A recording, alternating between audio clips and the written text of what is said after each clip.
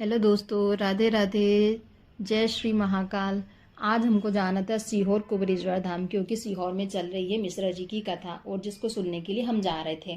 तो यहाँ के सुबह 4:30 बज चुके थे और यहाँ पर मैं नहा धोकर रेडी हो गई थी और हम 5:30 बजे तक निकल गए थे सीहोर जाने के लिए। हम यहाँ पर दोनों बाइक से जा रहे थे और रास्ते में जाते जब हम निकले तो सूर्य भगवान भी निकल चुके थे। तो हमने सूर्य देवता के दर्शन किए और उनको किया नमन और उसके बाद हम सीधे निकल गए थे।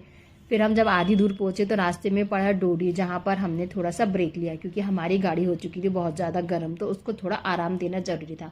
तो फिर हमने यहीं पर किया चाय नाश्ता, पोहा वगैरह खाया और उसके बाद हमारी गाड़ी को हो गया था आराम। तो फिर हम फिर से निकल पड़े थे सीहोर जाने के लिए और फिर हम पहुँच गए थे सीहोर कुबरेश्वर धाम।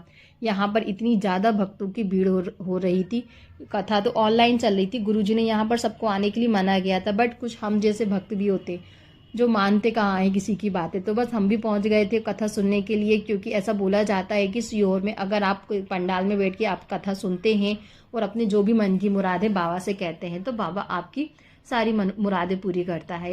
कथा अंदर व्यासपीठ पर चल रही थी, पर बाहर लोग कहाँ मानते हैं। तो इतनी ज़्यादा भीड़ हो रखी थी और उनमें से कुछ हम भी थे। हम अपनी दरी और चटाई लेकर गए थे जिसको हम बिछा के बैठ गए और हमने सुनी कथा। और जब कथा खत्म हो गई 12 बजे, उसके बाद हम निकल पड़े थे वापस घर के लिए। बाय बाय दोस्तों।